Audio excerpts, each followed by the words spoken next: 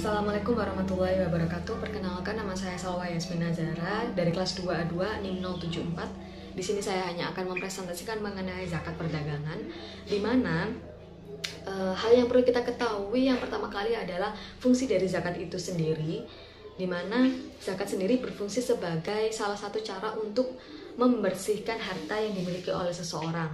Lalu bagaimana pengertian dari zakat perdagangan? Zakat perdagangan adalah zakat yang wajib dikeluarkan dari harta niaga.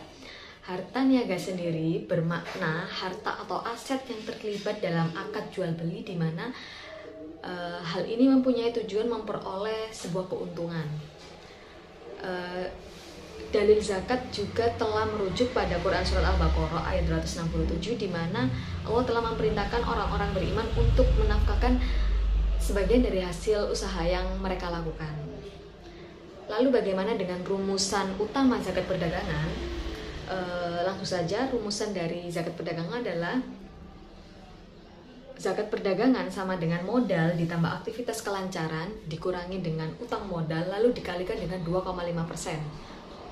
Di mana modal dagang sendiri adalah yang termasuk dalam rumpun modal ini mencakup hal yang mempengaruhi keberadaan urut at-tijarah atau harta yang dijual. Di sini harta yang dijual ini baik dalam bentuk utang maupun usaha yang kita lakukan. Kalau mempengaruhi kuantitas urut at-tijarah tadi, itu termasuk atau dihitung dalam sebagian modal. Lalu bagaimana aktivitas kelancaran? Di sini bisa dilihat dari hasil penjualan yang tersimpan dalam bentuk nukut atau uang ataupun harta yang telah tersimpan dalam tabungan. Lalu bagaimana dengan utang modal? Yang dimaksud dengan utang modal sendiri adalah utang modal ini produktif dari semua jenis utang, ya, dimana digunakan untuk menambah jumlah harta dagang. Lalu selanjutnya adalah segala penambahan biaya yang dapat menyebabkan berjumlahnya atau bertambahnya kuantitas barang dagangan, maka biaya tersebut dihitung dengan utang modal.